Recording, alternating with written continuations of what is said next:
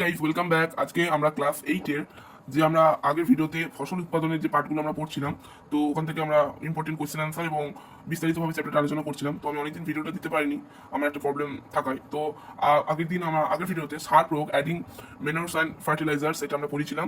তো আজকে আমরা এর important question answer, sewing of seeds, এই ইম্পর্টেন্ট কোশ্চেন আনসারগুলো আলোচনা করবো এবং তারপরে এটা পুরো পার্টটা আমরা আজকে আলোচনা করবো। তো চলো, তো সোয়িং অফ সিডস, বীজ বপন বা বোনা। তো ফানেলের কাজ কি তোমাদের এখানে বইয়ে পেয়ে যাবে, এখানে আমরা আগের দিন পড়েছিলাম এই জায়গাটায়। তো এরপরে কোশ্চেন হচ্ছে, বীজ বোনার আগে চাষিরা বীজগুলোকে কোথায় ও কেন ডুবিয়ে নেয়। তো এটাও আমরা পড়েছিলাম, মানে সংক্রমণ বা অন্য কারণে নষ্ট হয়ে যাওয়া বীজের ভেতরটা ফাঁপা, সেই কারণে একটা জলের উপরে ভেসে ওঠে। তাই ওটা আগে ভালো সুস্থ বীজগুলো ভারী হওয়ার জন্য জলে ডুবে থাকে, সেই কারণে ওটা মানে দেখে নেয় বীজগুলোর ভালো আছে না খারাপ আছে। সো তোমরা এটা ভালো করে লিখে নেবে এখানটায়, তোমরা এখানটা একটু পড়লেই কিন্তু তোমরা বুঝে যাবে। তো এরপরে সার প্রয়োগ, অ্যাডিং ম্যানুরস অ্যান্ড ফার্টিলাইজার্স। তো ফার্স্টের কোশ্চেন হচ্ছে যে উদ্ভিদের পুষ্টি উপাদান বলতে কি বোঝো। তো এখানে দেখো, উদ্ভিদের ঠিকভাবে বেড়ে ওঠার জন্য প্রয়োজন হয় কিছু মৌলের। তো এরাই হলো উদ্ভিদের পুষ্টি উপাদান। তাহলে উদ্ভিদের এই পুষ্টি উপাদান হচ্ছে যে দুই প্রকার, একটা হচ্ছে যে মুখ্য খাদ্য উপাদান, আর একটা হচ্ছে যে গৌণ খাদ্য উপাদান। মুখ্য খাদ্য উপাদান CHON, PK মানে পটাশিয়াম, ঠিক আছে, তারপর ম্যাগনেসিয়াম, ঠিক আছে। তো এইগুলো। আর গৌণ খাদ্য উপাদান হচ্ছে যে ফেরিক, তারপরে আই ডোন্ট নো এটা, CU কিউপ্রিক, বি হচ্ছে boron, MO ZN zinc, Cl calcium, এগুলো গৌণ খাদ্য উপাদান। তো মুখ্য খাদ্য উপাদান এবং গৌণ খাদ্য উপাদান তোমরা বই একটু ফোকাস করলে তোমরা এইখানটা পার্টটা দেখতে পারবে, এই জায়গাটাও। তো এইটা ভাবে খুব একটা বেশি বিস্তারিতভাবে এটা বলে দেয়নি। তো মুখ্য খাদ্য উপাদান ও গৌণ খাদ্য উপাদানটা কি। তো এখানে দেখো, মুখ্য গৌণ খাদ্য উপাদান, গাছ যে সকল খাদ্য উপাদান গ্রহণ করে তার মধ্যে 16টি উপাদানকে অত্যাবশ্যকীয় মনে করা হয়। কার্বন, H2 মানে হাইড্রোজেন এবং O2 অক্সিজেন ব্যতীত অন্যান্য 13টি উপাদানকে বলা হয় খনিজ পুষ্টি। গাছ CH2 এবং O2 গ্রহণ করে বাতাস ও জল থেকে। তো গাছের পুষ্টি গ্রহণের পরিমাণের উপরে এ সকল পুষ্টি উপাদানকে দুই ভাগে ভাগ করা হয়েছে, যেটা হচ্ছে যে এই মুখ্য খাদ্য উপাদান ও গৌণ খাদ্য উপাদান, ঠিক আছে। তো এখানটা তোমরা নিশ্চয়ই বুঝতে পেরেছো, না বুঝতে পারলে অবশ্যই কমেন্টে জানাবে। তো এরপরে আছে জৈব ও অজৈব সার, তোমরা এখানটা বইয়ে দেখতে পাবে পেজ নাম্বার 206। তো জৈব সার, অর্গানিক ম্যানর, মৃত উদ্ভিদ আর প্রাণীদের বর্জ্য পচিয়ে তৈরি হয় জৈব সার। তো চাষিরা খোলা জায়গায় একটা গর্ত খুঁড়ে সেখানে মৃত উদ্ভিদ আর প্রাণীদের বর্জ্য পদার্থ ফেলে রাখেন পচে যাওয়ার জন্য। তো ব্যাকটেরিয়া আর ছত্রাকের বিয়োজন ও রূপান্তর ক্রিয়ার ওই সব বর্জ্য পদার্থগুলো পচে গিয়ে তৈরি হয় জৈব সার। এই জৈব সার এবং অজৈব সার এটি কিন্তু খুবই ইম্পর্টেন্ট। তো এরপরই আছে, দেখো তোমাদের কোশ্চেন আছে অজৈব সার এর উদাহরণ দাও। জৈব সার এবং অজৈব সার উদাহরণ দাও। তো তার আগে ছিল NPK, তার অজৈব সার। তো অজৈব সারটাও নিচে লেখা আছে। অজৈব সার হলো এক ধরনের রাসায়নিক সার, ইনঅর্গ্যানিক ফার্টিলাইজার। এতে থাকে নানান অজৈব লবণ যা উদ্ভিদের বৃদ্ধি সহায়ক। সার কারখানায় তৈরি হয় অজৈব সার। তো আমি কিন্তু বলে রাখি, এই অজৈব সার কিন্তু জৈব সারের তুলনায় কিন্তু খুব একটা ভালো নয়, কারণ এটা পরিবেশের আমাদের নানা রকম কিন্তু ক্ষতি করে, সেটা আমরা একটু পরেই পড়বো। তো এই অজৈব সার প্রধানত 3 ধরনের মৌলের ঘাটতি পূরণ করে। একটা হচ্ছে নাইট্রোজেন, যেটাকে N বলা হয়, 2 হচ্ছে যে ফসফরাস, যেটা P, আর পটাশিয়াম K। তো NPK সারে এই 3টি প্রধান উপাদান বিভিন্ন মাত্রায় মেশানো হয় থাকে। আবার কখনো বা কোনো অজৈব সারে এই 3টি উপাদানে যে কোনো একটা উপাদান উপস্থিত থাকে, যেসব পটাশ সার বা সুপার ফসফেট। আরও কয়েকটা অজৈব সার হলো ইউরিয়া, অ্যামোনিয়াম সালফেট। তো এরপরই আছে NPK কি। তো এখানটা আমরা ওখানে পড়ে নিলাম NPK। এই সার, অজৈব সার প্রধানত 3 ধরনের মৌলের ঘাটতি পূরণ করে, নাইট্রোজেন, ফসফরাস আর পটাশিয়াম, যা এই 3টিকে একসঙ্গে NPK বলা হয়, ঠিক আছে। তো এখানটা তোমরা লিখে নেবে। তো এরপরে যে কোয়েশ্চেন আছে, জৈব সার কেন অজৈব সারের থেকে ভালো হয়। তো তার আগে আছে কতগুলি অজৈব সারের উদাহরণ দাও, কতগুলি। তো এখানটায় তোমরা পেয়ে গেলে, এই তো ইউরিয়া, অ্যামোনিয়া সালফেট, তো এখানটায় তোমরা লিখে নেবে পটাশ, সুপার ফসফেট ইত্যাদি। তো এরপরে কোশ্চেন আছে, জৈব সার কেন অজৈব সারের থেকে ভালো। তো এখানটা দেখো, জৈব সার মাটির জল ধারণ ক্ষমতা বাড়ায়, জৈব সার ব্যবহার করলে মাটি রন্ধ্রযুক্ত হয়, ফলে মাটির মধ্যে দিয়ে বিভিন্ন গ্যাসের আদান প্রদান কিন্তু ভালো হয়, যেটা অজৈব সারে হয় না। মাটিতে থাকা উপকারী জীবাণুদের সংখ্যা বাড়তে সাহায্য করে জৈব সার।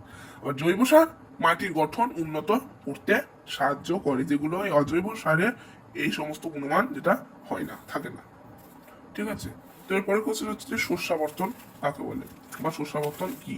তো তোমরা এইখানটায় পড়লে একটু বুঝতে পারবে।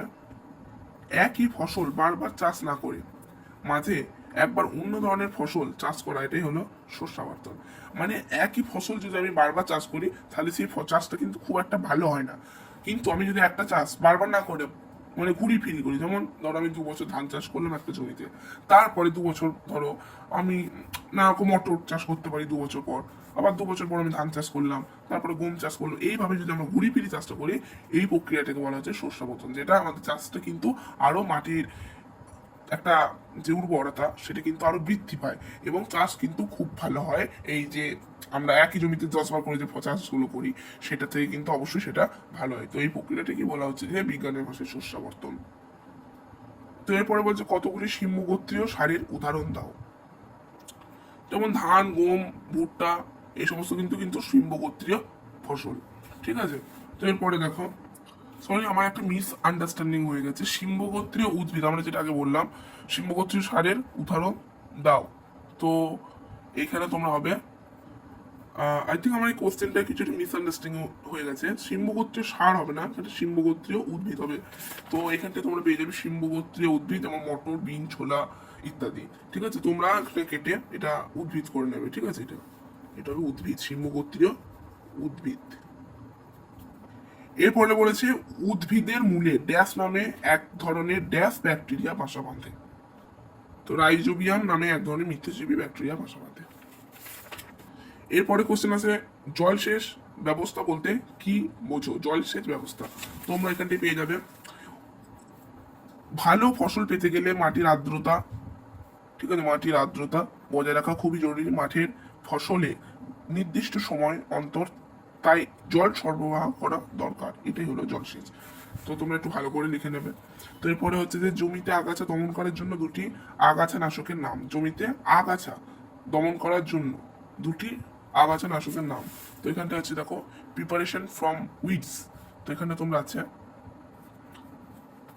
আগাছাটা হচ্ছে যে অনেক সময় চাষের জমিতে যে ফসলে চাষ করা হচ্ছে সেটা ছাড়া অন্যান্য আরো কিছু উদ্ভিদ জন্মায়, এই অপ্রয়োজনীয় উদ্ভিদগুলি হচ্ছে যে আগাছা। তাহলে এইগুলো হচ্ছে যে কতগুলো আগাছা নাশক মানে হচ্ছে যে এই 2,4-D, ড্যালোপন, পিক্লোরাম ইত্যাদি স্প্রে করে আগাছা দমন করা হয়। ঠিক আছে। তো এছাড়াও এগুলো আরো কিছু আছে, যেটা হচ্ছে পার্থেনিয়াম, ঠিক আছে, অ্যামারান্থাস, চেনোপোডিয়াম ইত্যাদি। তোমরা একটা লিখে দিলি, দুটো যে কোনো লিখে দেবে। তো এরপর আছে প্রিপারেশন ফ্রম পেস্ট। ঠিক আছে। তো ক্ষতিকারক কীট পতঙ্গ থেকে ফসলকে বাঁচানো। তো এইখানটা পার্টটা খুব ইম্পর্টেন্ট, এখান থেকে প্রচুর কোশ্চেন আছে। এবং এই পেস্ট পেস্ট কি, এই কোশ্চেনটা প্রতিবারই কোশ্চেনে কিন্তু দেয়। তো তোমরা এখানে খুব দেখবে। দেখো এখানে ইঁদুর, বিভিন্ন পোকা, পঙ্গপাল, উই, গুবরে জাতীয় পোকা ফসল খেয়ে নেয় বা নষ্ট করে, তো এরাই হচ্ছে ফসল ধ্বংসকারী প্রাণী, তাদেরকে বলা হয় পেস্ট। ঠিক আছে। তো এখানটা তোমরা একটু পড়ে নেবে। তো এরপরে কোশ্চেন আছে পতঙ্গদের দমনে সাহায্য করে এমন দুটি রাসায়নিক পদার্থের নাম। এখানে ডিডিটি, BHC। ঠিক আছে। ম্যালাথিয়ন পতঙ্গদের দমনে কিন্তু সাহায্য করে। এছাড়াও আছে দেখো, এরপরে হচ্ছে যে সালফার আর তামার বিভিন্ন লবণ ছত্রাক দমনে সাহায্য করে। এরপরে কোশ্চেনে আছে ছত্রাক দমনে সাহায্য করে এমন দুটি রাসায়নিক। তারপর আছে ইঁদুর জাতীয় প্রাণীতে দমনে সাহায্য করে এমন দুটি রাসায়নিক। তাহলে সেটা হচ্ছে যে জিঙ্ক ফসফাইড আর ওয়ারফারিন ইঁদুর জাতীয় প্রাণীদের কিন্তু দমনে মানে দমন করে। তো এরপরে লাস্ট পার্ট আছে হারভেস্টিং, ফসল তোলা। তারপর আছে সঞ্চয় করা। তো সঞ্চয় করা থেকে খুব একটা ইম্পর্টেন্ট কোশ্চেন আসে না, এখান থেকে এলেও এই মাড়াই বলতে কি বোঝো। তো এটা খুব একটা ইম্পর্টেন্ট নয়, তো এটা পড়ে রাখবে। এখানে আমি কোশ্চেনে দিয়ে দিয়েছি মাড়াই কি। দানা জাতীয় ফসলের ক্ষেত্রে ফসল উদ্ভিদকে ভোজ্য অংশ থেকে আলাদা করতে হয়, এটাই হলো মাড়াই। তো এখানে জাস্ট তোমরা একটু পড়ে নেবে হারভেস্টিং, এবং এরপরে যেটা আছে ফসল সঞ্চয় করে রাখা, এটা তোমরা একটুখানি পড়ে নেবে। তো তো এই পার্টটা পুরো আমাদের কমপ্লিট। তো আমরা এর পরের ভিডিওতে যে ধান এছাড়াও যেগুলো আছে, যে পার্টগুলো আছে, এগুলো আমরা পরের ভিডিওতে আলোচনা করব। তো এই কটা যে কোশ্চেনগুলো আমরা বললাম, এগুলো খুবই একটা ইম্পর্টেন্ট কোশ্চেন। তো তোমরা অবশ্যই এই কোশ্চেনগুলো দেখে যাবে পরীক্ষার আগে। So thanks for watching my video, by.